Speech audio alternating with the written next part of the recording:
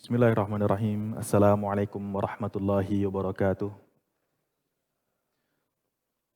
Alhamdulillah wassalatu wassalamu ala Rasulillah wa ala alihi wa sahbihi wa mawalah. Subhanaka la ilma lana illa ma 'allamtana innaka antal alimul hakim. Allahumma inna nas'aluka ilman nafi'a wa rizqan thayyiba wa 'amalan mutaqabbala.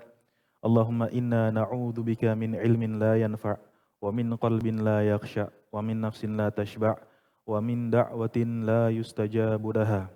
Allahumma faqihna fid din warzuqna al-'amala shaliha yuqarribuna ilaika ya arhamar rahimin. Amma ba'd. Jamaah salat maghrib Masjid Al-Falah yang semoga Allah Subhanahu wa taala muliakan, Bapak-bapak, Ibu-ibu sekalian yang semoga Allah Subhanahu wa taala jaga dari berbagai kejelekan dunia dan akhirat. Insyaallah kita akan melanjutkan pembahasan tentang perenungan kita terhadap nama-nama Allah Subhanahu wa taala yang indah, Asmaul Husna. Di mana Allah Subhanahu wa taala firmankan atau Rasulullah sallallahu alaihi wasallam sabdakan, inna lillahi wa tis'ina asman mi'ah illa wahidah. Sesungguhnya Allah Subhanahu wa taala memiliki atau mengajarkan ke hamba-hambanya di muka bumi ini 99 nama, 100 kurang 1. Man ahsaha dakhalal jannah. Siapa yang menghitungnya dia akan masuk surga. Para ulama menjelaskan arti dari man ahsaha, siapa menghitungnya. Maksudnya adalah siapa yang berusaha memahami arti dari lafal-lafal Asmaul Husna, menghayati, merenungi makna-makna tersebut, mengamalkan konsekuensi-konsekuensi dari nama-nama tersebut. Begitu juga ada yang mengatakan berdoa dengan nama-nama Asmaul Husna tersebut, maka dia akan masuk surga. Sebagaimana firman Allah Subhanahu wa taala, "Walillahil asmaul husna fad'uuhu biha." Allah Subhanahu wa taala memiliki nama-nama yang indah, Asmaul Husna. Maka berdoalah dengan Asmaul Husna tersebut. Dan ini insya Allah sudah kita praktekkan Bapak Ibu sekalian.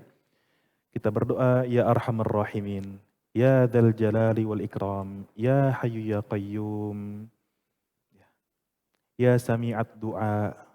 Kita amalkan.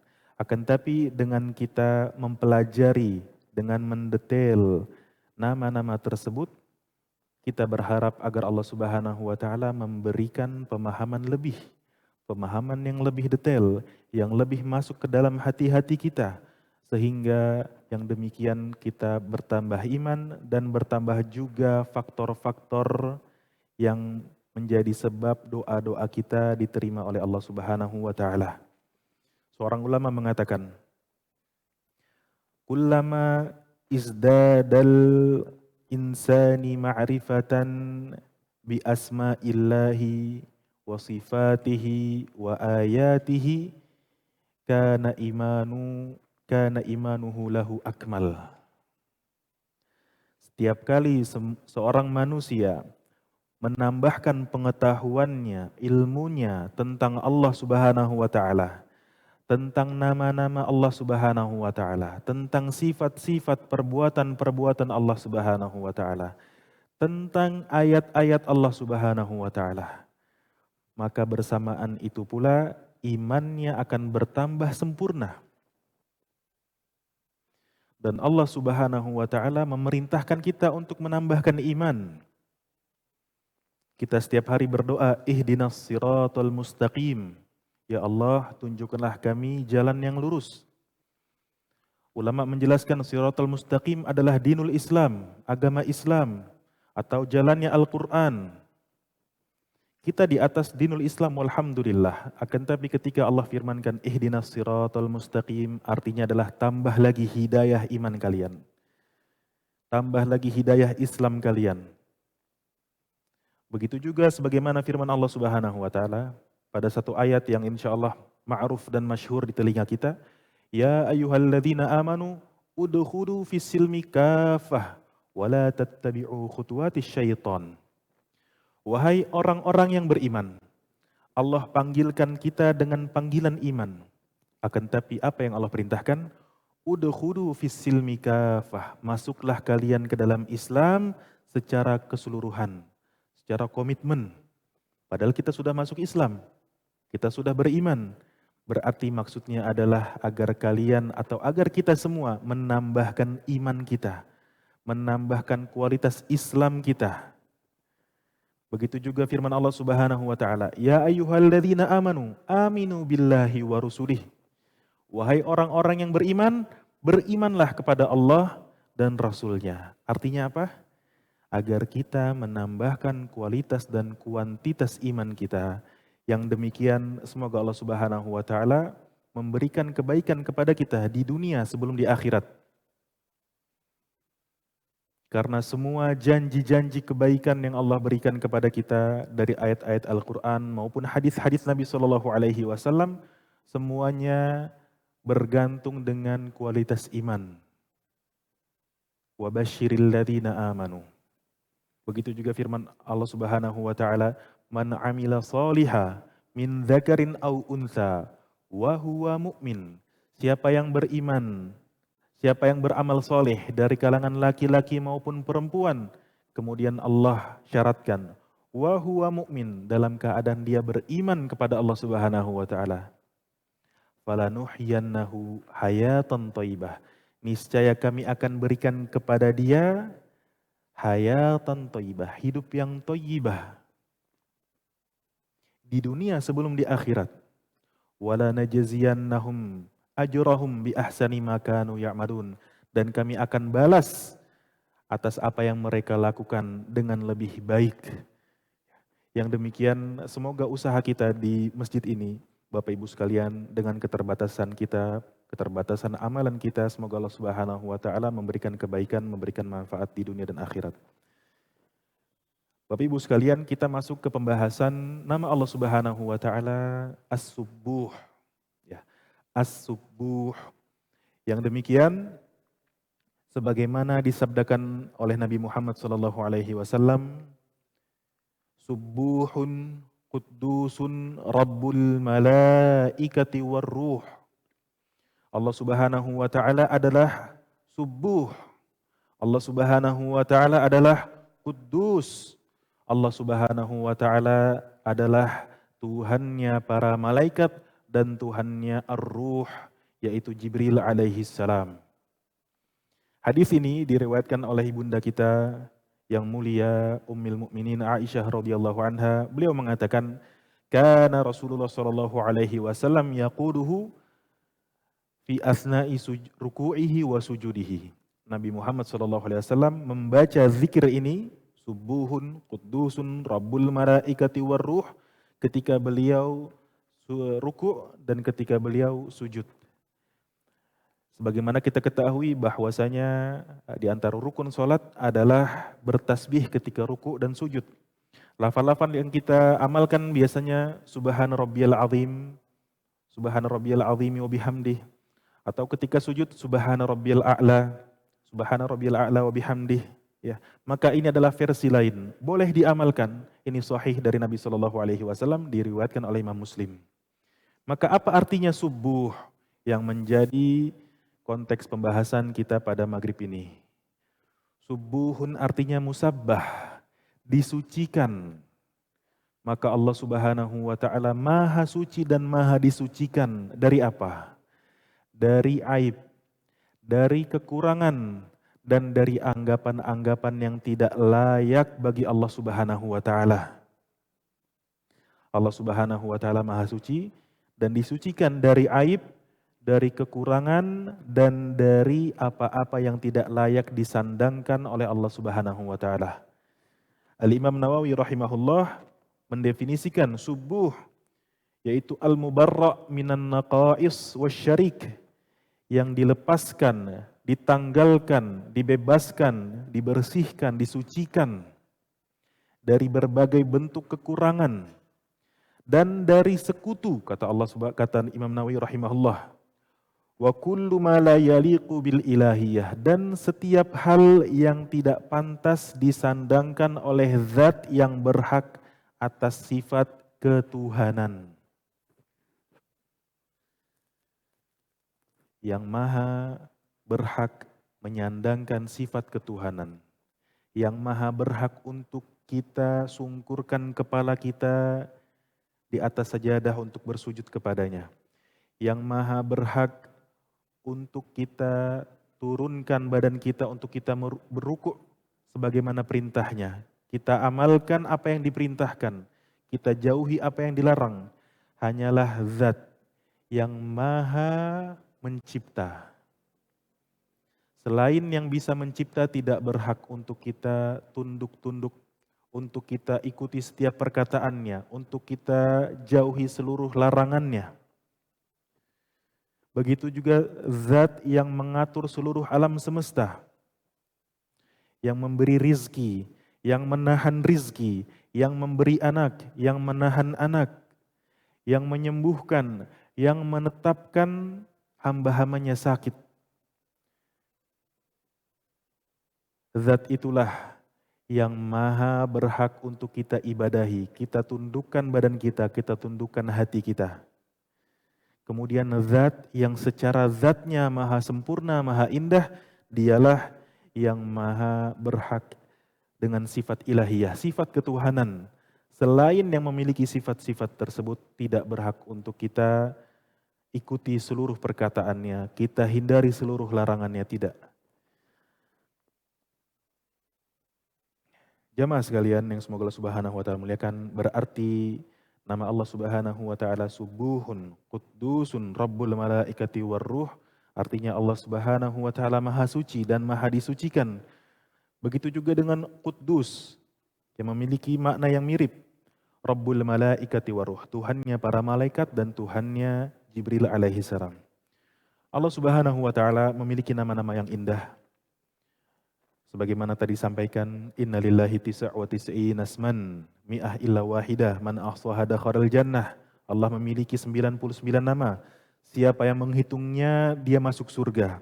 Dan di antara nama-nama Allah Subhanahu wa taala tersebut, Allah memiliki nama-nama yang maknanya mirip. Yang inti maknanya adalah Allah Maha Suci dan Allah Maha disucikan dari berbagai aib dan kekurangan. Nama tersebut adalah ada 4. As-Subuh, Al-Quddus, As-Salam, dan At-Tayyib. Semua makna ini berkutat maknanya bahwasanya Allah Maha Suci dan Maha disucikan dari berbagai aib dan bagai kekurangan. Ketika kita sebutkan As-Salam, Subuh, Al-Quddus tadi sudah disampaikan. Al-Quddus artinya Allah Maha dibersihkan secara letterlek dalam bahasa Arab. Al-Quddus artinya Allah Maha dibersihkan dari kotoran, dari kejelekan, dari sifat yang buruk. As-Salam, sebagaimana kita zikir setelah selesai sholat. Allahumma antas salam, wa minka as-salam, tabarakta ya dzal jalali wal ikram. Ya Allah, engkaulah as-salam.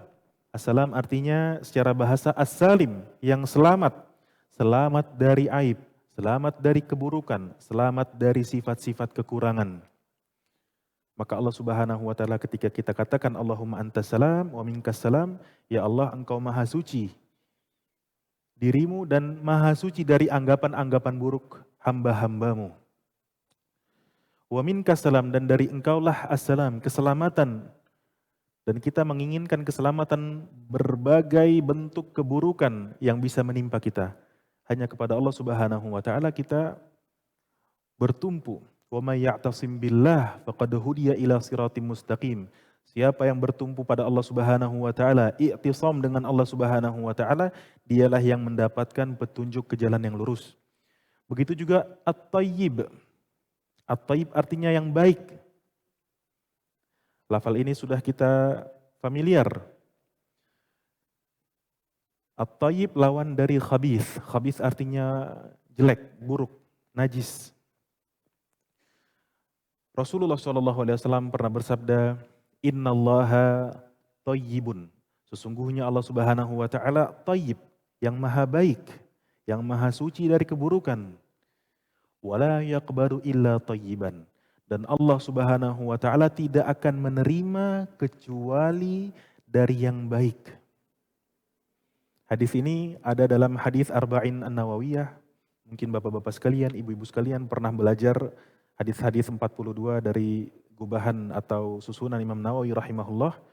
Di antara hadisnya adalah innallaha thayyibun la yaqbalu illa thayyiban wa innallaha amaral mu'minin bima amara bihil mursalin. Sesungguhnya Allah Subhanahu wa taala memerintahkan orang-orang beriman dengan satu perintah yang diperintahkan juga kepada orang-orang utusan Allah, orang-orang spesial, para rasul Allah Subhanahu wa taala. Kemudian Rasulullah sallallahu alaihi wasallam melantunkan ayat, ya ayyuhar rusul kudu minat tayyibati wa'malu sholiha. Wahai rasul-rasul Allah Subhanahu wa taala, utusan-utusan Allah Subhanahu wa taala. Kudu minat tayyibat, makanlah yang baik-baik. Kita diperintahkan sebagaimana diperintahkan juga rasul-rasul Allah Subhanahu wa taala agar kita makan yang baik-baik. Begitu juga agar kita makan dari hasil yang baik-baik. Kemudian Allah Subhanahu wa taala firmankan, wa'malu sholiha, beramallah amalan-amalan saleh.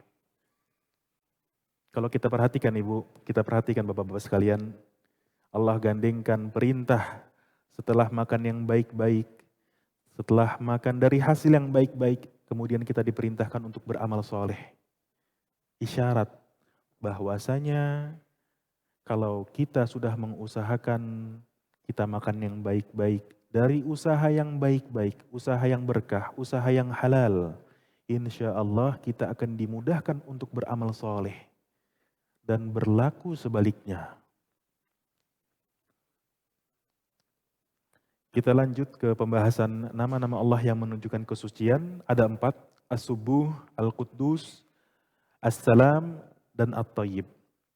Maka keempat makna ini merujuk pada makna atau 2 poin penting yang berkaitan dengan Allah Subhanahu wa taala Maha Suci. Yang pertama adalah bahwasanya Allah Subhanahu wa taala suci dari kekurangan, dari aib.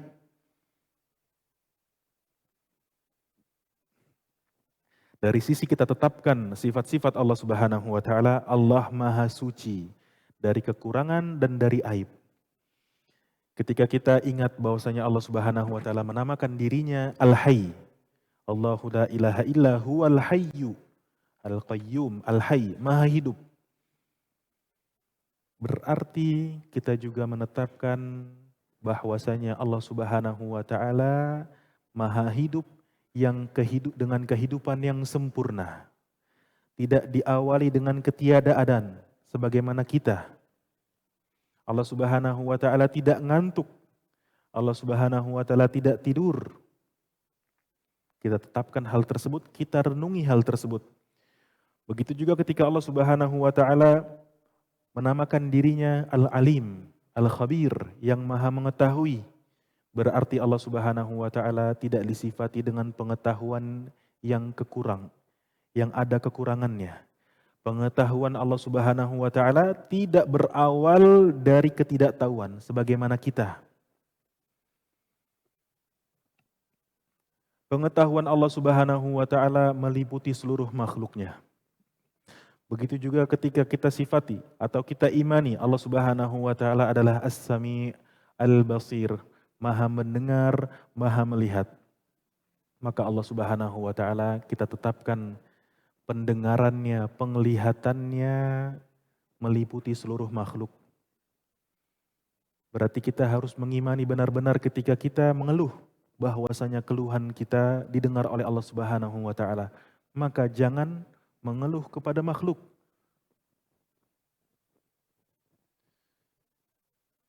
Inna bathi wa huzni ilallah, kata Nabi Ayub alaihi salam. Sungguhnya keluhanku dan kesedihanku aku adukan hanya kepada Allah Subhanahu wa taala. Begitu juga ketika kita berusaha melakukan kebaikan, berusaha menjauhi larangan, maka seluruh usaha kita didengar Allah Subhanahu wa taala, dilihat Allah Subhanahu wa taala dengan penilaian, dengan yang sempurna. Maka jangan sedih kalau kita ternyata tidak dilihat oleh orang ketika kita berbuat baik. Atau bahkan lebih buruk dari itu, kita disalahpahami oleh orang lain, tidak masalah. Kita beriman bahwasanya Allah Subhanahu wa taala As-Sami' Al-Basir wa innallaha la yudhi'u ajral muhsinin. Allah Subhanahu wa taala tidak akan menyia-nyiakan usaha ihsan kita. Ketika kita mendamaikan dua orang beriman atau kita menjodohkan dua orang beriman, kemudian ternyata dia bermasalah, kita yang berusaha kebaikan, kita yang disalahi, tidak masalah. Karena kita usahakan karena Allah Subhanahu wa taala, bukan karena yang lain. Begitu juga yang kedua. Allah Subhanahu wa taala Maha Suci dan disucikan dari penyerupaan antara dirinya dengan makhluk dan antara makhluk kepada dirinya. Kita tetapi bahwasanya Allah Subhanahu wa taala Maha Kuasa.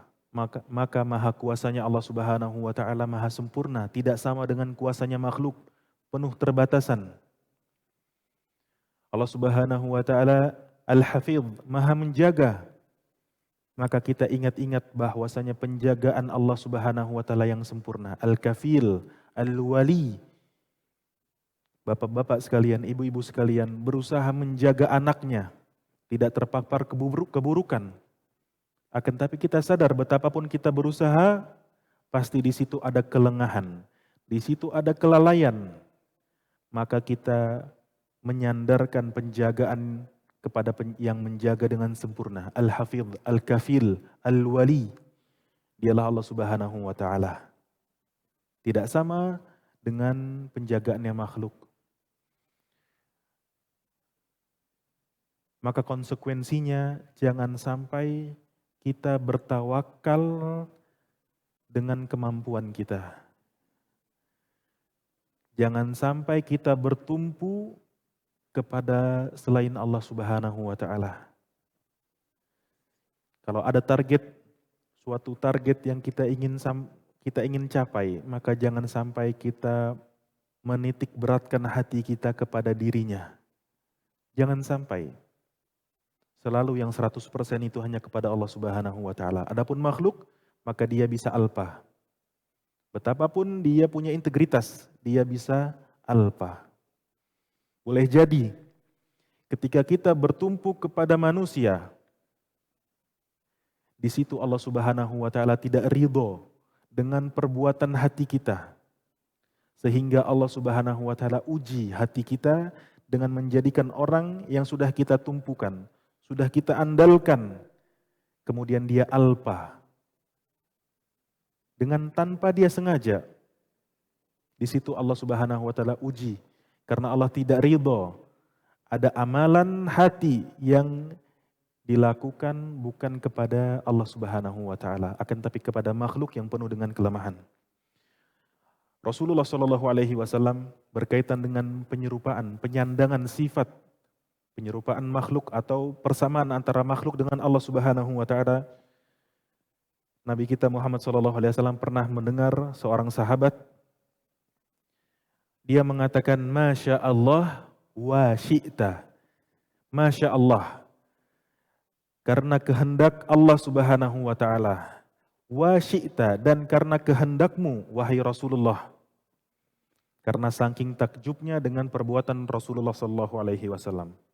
Disandingkan, disamakan perbuatan Allah, kehendak Allah dan kehendak Nabi Muhammad sallallahu alaihi wasallam. Maka Rasulullah Shallallahu alaihi wasallam mengingkari hal ini, mengingkari perkataan ini. Rasulullah Shallallahu alaihi wasallam katakan, pertanyakan dengan pertanyaan ingkar. Aja'altani lillahi nidda. Apakah engkau hendak menjadikanku sekutu lain selain Allah Subhanahu wa taala? Bal masya Allahu wahdah. Akan tapi katakanlah masya Allah semata. Hanya karena Allah Subhanahu wa taala suatu hal bisa terjadi. Atau bisa juga dengan perkataan Masya Allah thumma anta. Atau thumma syi'ta. Karena Allah Subhanahu wa taala, kemudian karena usaha engkau. Dan ini terjadi Bapak Ibu sekalian, atau kita bisa terjatuh dalam perbuatan penyamaan kehendak Allah Subhanahu wa taala dengan kehendak makhluk atau kehendak makhluk seperti kehendak Allah Subhanahu wa taala. Contohnya ketika kita diselamatkan oleh seorang. Kalau bukan karena engkau yang jago nyetir, niscaya kita kena musibah. Kalau bukan karena kekompakan tim kita, target kita tidak akan tercapai. Kalau bukan karena dia, kalau bukan karena itu, ya, semua penisbahan ini hati-hati. Jangan sampai menyamakan kehendak manusia dengan kehendak Allah Subhanahu wa taala. Katakanlah dengan memuji Allah Subhanahu wa taala, alhamdulillah, untungnya kamu jago nyetir, alhamdulillah. Karena rahmat Allah, kemudian kamu jago nyetir, kita selamat. Alhamdulillah karena keputusanmu, keputusan leader ini, kita berhasil menghindari loss yang sangat banyak. Bisa jadi kalimat ringkas ini mendatangkan keridhaan Allah Subhanahu wa taala yang membuahkan kebaikan-kebaikan setelahnya. Dan bisa jadi kalau kita tidak memahami konsekuensi dari nama-nama Allah Subhanahu wa taala, hak-hak Allah Subhanahu wa taala, kita terjatuh dalam kemurkaan Allah Subhanahu wa taala. Lihatlah bagaimana Qarun yang kisahnya diabadikan dalam Al-Qur'an. Seorang kaya, tidak ada kekayaan di zaman sekarang yang melebihi Qarun. Kalau orang kaya, kita punya kesimpulan yang sama. Kalau berarti dia jago berdagang, berarti dia jago jualan. Dan kita benarkan hal tersebut. Akan tapi ketika dia dipuji atas kekayaannya, maka apa yang dia katakan, innama utituhu ala ilmin indi. Sesungguhnya hanyalah karena aku, ilmu aku, jago berdagang aku mendapatkan apa yang Allah takdirkan kepadaku. Sungguhnya karena ilmu dagangku, aku menjadi kaya sebagaimana yang kalian lihat. Maka jangan sampai kita menyamakan hak Allah Subhanahu wa taala dengan menisbatkannya kepada manusia, yang demikian kita bisa jatuh ke dalam pintu kesyirikan. Ketika kita bicara jamaah sekalian, ketika kita bicara tentang nama Allah Subhanahu wa taala, subuh, dia terdiri dari 3 akar kata, huruf sin, huruf ba, huruf ha.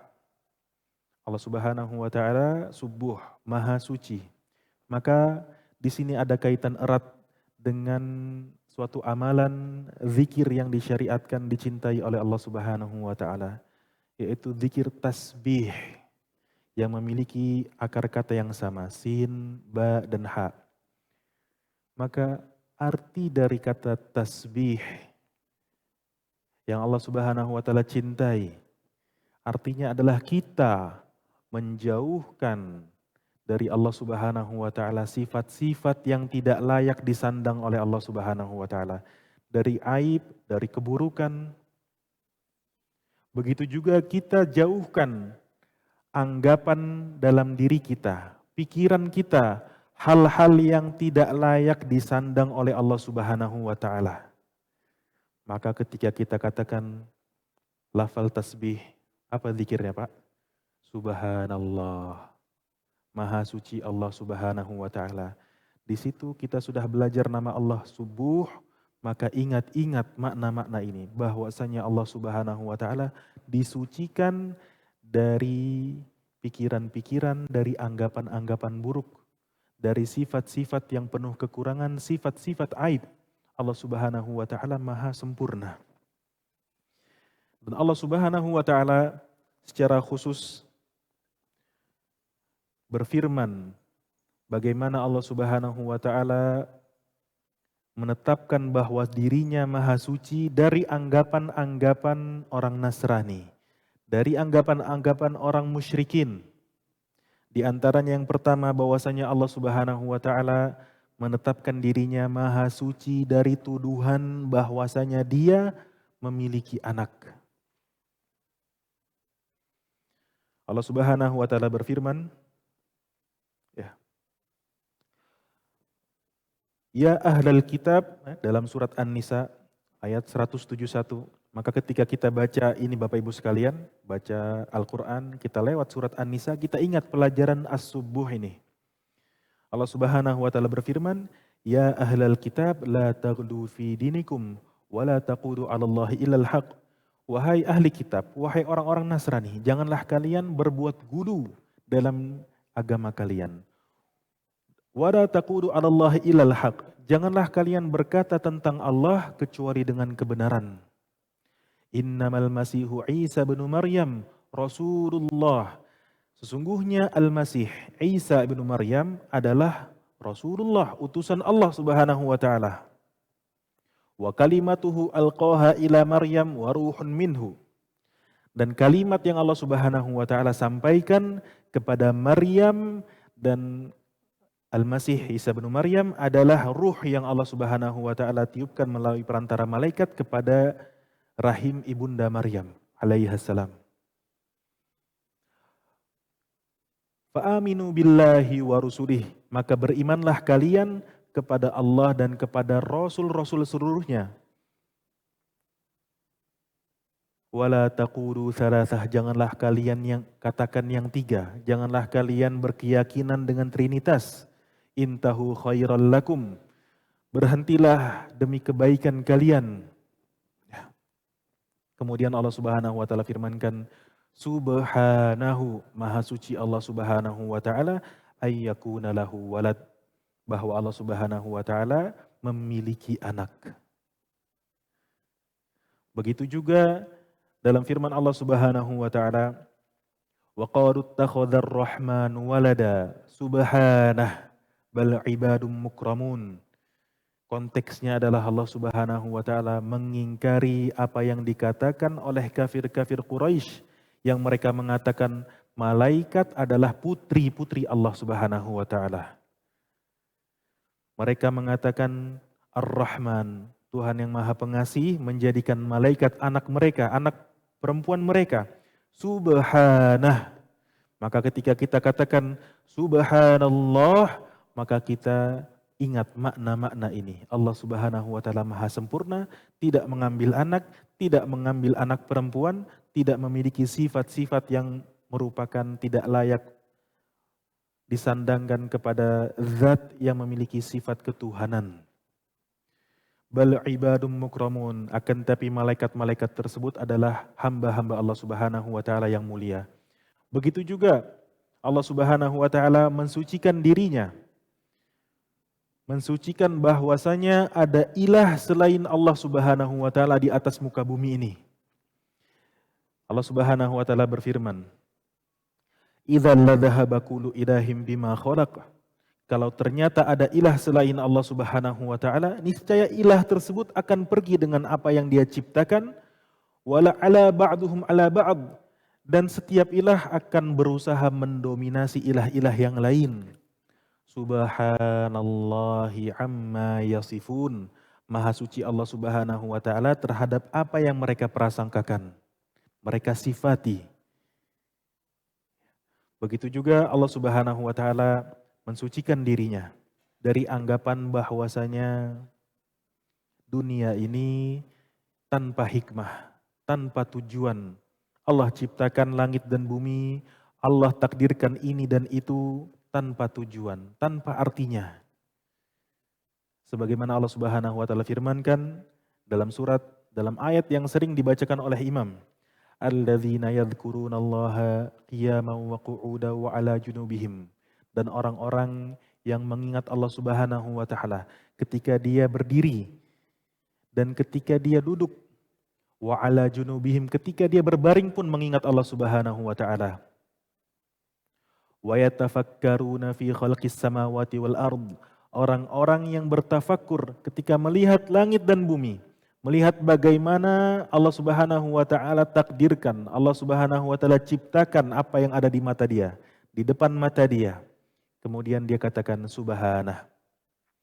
Rabbana ma khalaqta hadza batila. Ya Allah, tidaklah engkau ciptakan seluruh ini batil, tanpa makna, tanpa tujuan. Engkau takdirkan aku memiliki nikmat-nikmat yang engkau berikan. Engkau takdirkan aku mengalami musibah-musibah, ujian-ujian, pasti ada hikmahnya. Baik bisa kita ketahui saat itu, atau nanti kita ketahui, atau Allah Subhanahu wa Ta'ala sembunyikan dalam ilmunya. Kita beriman bahwasanya Allah Subhanahu wa Ta'ala menakdirkan segala sesuatu dengan hikmahnya.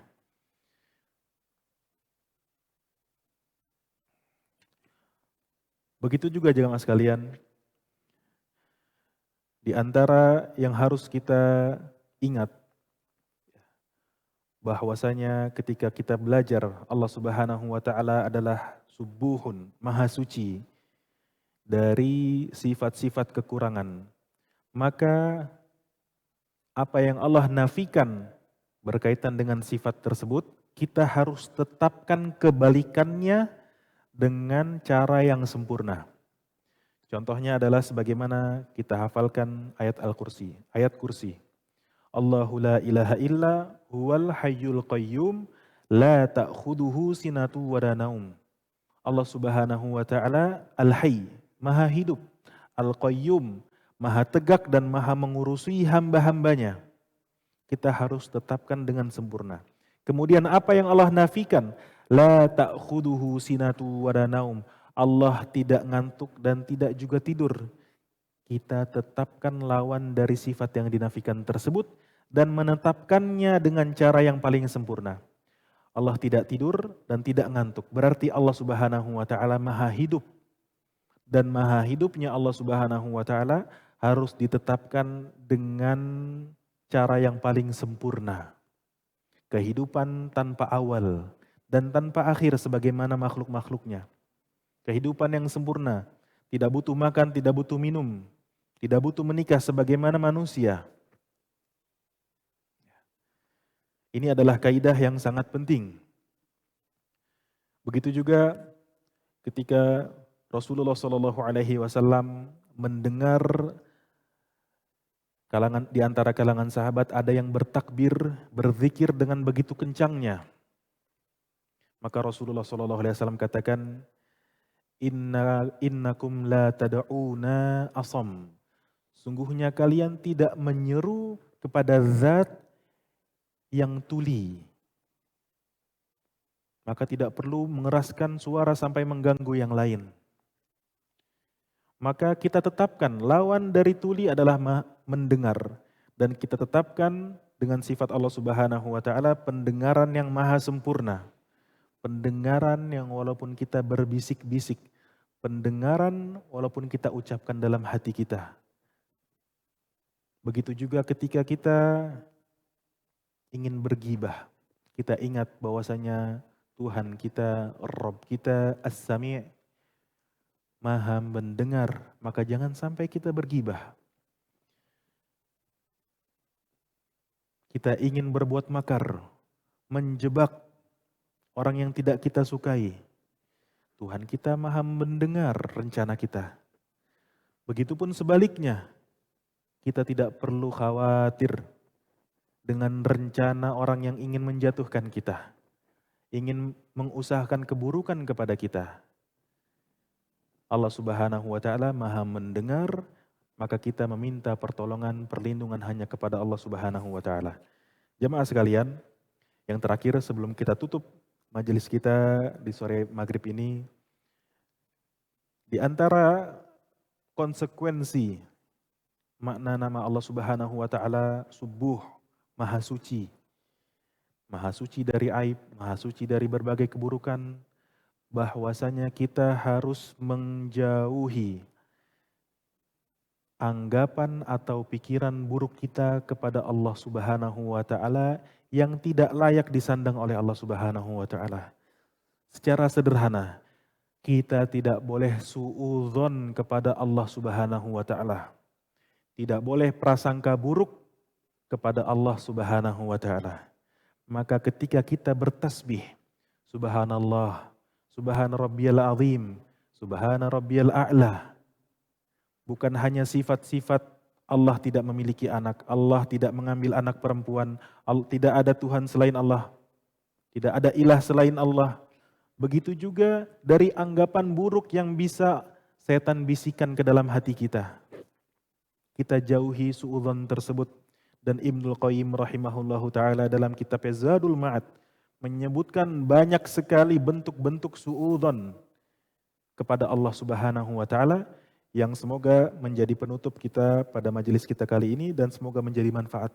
Yang pertama adalah menyangka bahwa musibah terjadi tanpa hikmah. Baik itu musibah yang mencakup banyak orang, seperti peristiwa bencana alam, ataupun peristiwa musibah secara khusus. Kita kehilangan orang yang kita sayangi. Kita mengalami sakit, kekurangan dengan berbagai macamnya yang masing-masing kita lebih fasih dengan musibah-musibah yang Allah Subhanahu wa ta'ala tetapkan untuk dirinya. Maka jangan sampai kita mengira ini tidak ada hikmahnya, tidak ada kebaikannya di balik hal tersebut kalau kita bersabar. Siapa yang mengira musibah yang turun tanpa hikmah, dia telah suudzon kepada Allah Subhanahu wa ta'ala. Dan Allah Subhanahu wa ta'ala menyebutkan suudzon kepada Allah termasuk dosa besar. Termasuk amalan-amalan orang musyrikin dan amalan-amalan orang munafikin. Allah Subhanahu wa ta'ala berfirman dalam surat Al-Fath, "Adz-dzannina billahi dhannas sau."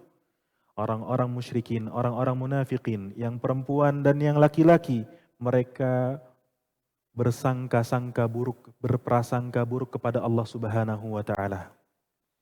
Dengan benar-benar prasangka buruk, maka Allah Subhanahu wa ta'ala jatuhkan keburukan di atas keburukan kepada mereka. Alaihim dairatus sau, kepada mereka akan mendapatkan keburukan yang meliputi. Wa ghadiballahu alaih, Allah Subhanahu wa ta'ala akan marah kepada mereka. Wa la'anahum, akan melaknat mereka. Wa a'addadahum sa'at masira, Allah Subhanahu wa ta'ala akan siapkan tempat yang begitu buruk untuk mereka. Maka kita jangan sampai melakukan jalannya orang-orang musyrikin, orang-orang yang munafikin, yaitu suudzon kepada Allah Subhanahu wa ta'ala. Di antara bentuk suudzon pada Allah adalah menyangka Allah tidak akan memenangkan agama Islam. Padahal Allah berfirman, liyudhhirahu 'alad dini kullih walau karihal musyrikun. Allah Subhanahu wa ta'ala memenangkan agama Islam. Para ulama menjelaskan dalam bentuk hujjah, bayan, penjelasan, agama Islam tidak akan bisa kalah hujjah, tidak akan bisa kalah argumen, karena Allah sendiri yang menjanjikan hal tersebut. Adapun kalahan secara fisik, maka itu sesuai dengan ketentuan sunnah kauniyah dari Allah Subhanahu wa ta'ala. Abu Sufyan mengatakan al-harbu sijal, peperangan itu sijal, silih berganti, kadang kita kalah, kadang mereka menang. Kadang kita kalah, kadang mereka kalah. Kadang kita menang, kadang mereka menang. Di antara bentuk suudzon pada Allah, menyangka tidak ada hari kebangkitan. Dan kita imani ini. Akan tapi bisa jadi ada bisikan-bisikan setan.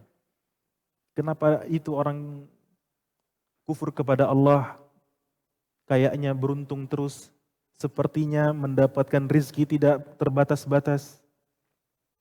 Maka kita jangan sampai suudzon pada Allah Subhanahu wa ta'ala. Setiap pemberian Allah ada amanah. Amanah untuk digunakan demi kebaikan. Begitu juga musibah. Setiap musibah ada hikmah. Ada kebaikan yang Allah Subhanahu wa ta'ala inginkan dari kita. Di antara bentuk suudzon kepada Allah Subhanahu wa ta'ala, menyangka bahwasanya mungkin saja secara akal Allah Subhanahu wa ta'ala mengazab orang yang soleh. Siapa yang menyangka orang yang soleh, mengusahakan hidupnya, berdakwah kepada Allah Subhanahu wa ta'ala, seumur hidupnya mengajak manusia ke dalam kebaikan. Kemudian ternyata wafatnya tidak sebagaimana yang dia sangka. Na'udzubillah min zalik. Apapun itu bentuknya. Kemudian suudzon, ternyata dia tidak husnul khotimah. Tidak demikian. Tidak demikian.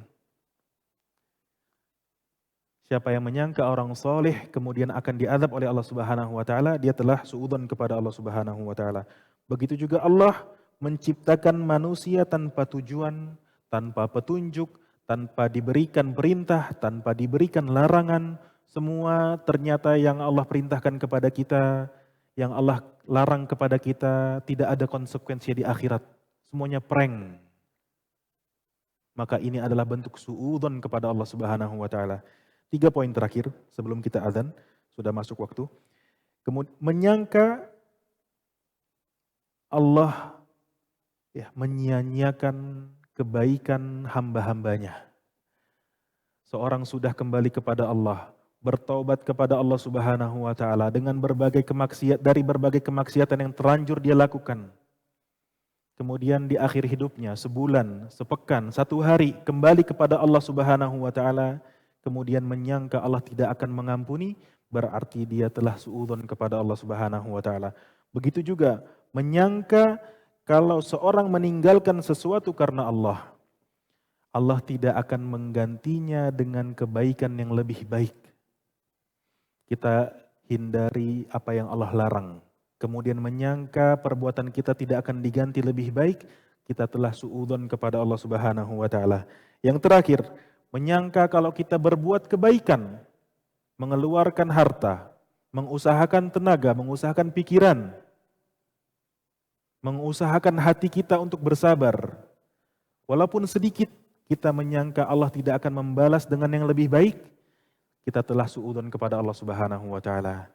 Kita tutup dengan firman Allah Subhanahu wa taala yang sering disampaikan oleh guru-guru kita. Saya harap ayat ini dihafal. Man 'amila shalihan min dzakarin aw unsa wa huwa mu'min. Siapa yang beramal soleh, laki-laki dan perempuan, dalam keadaan dia beriman kepada Allah Subhanahu wa taala. Falanuhyiyannahu hayatan thayyibah. Kami akan berikan kehidupan yang thayyibah. Wala najziyannahum ajrahum bi ahsani ma kanu ya'malun, akan memberikan balasan yang lebih baik daripada apa yang mereka amalkan. Siapa yang menyangka bahwasanya balasan Allah Subhanahu wa taala nanti baru terasa di akhirat, di dunia tidak terasa, berarti dia telah suudzon kepada Allah Subhanahu wa taala, dan kita berlindung pada Allah Subhanahu wa taala dari suudzon kepada Allah Subhanahu wa taala. Sungguhnya Allah Subhanahu wa taala Maha suci dari hal tersebut.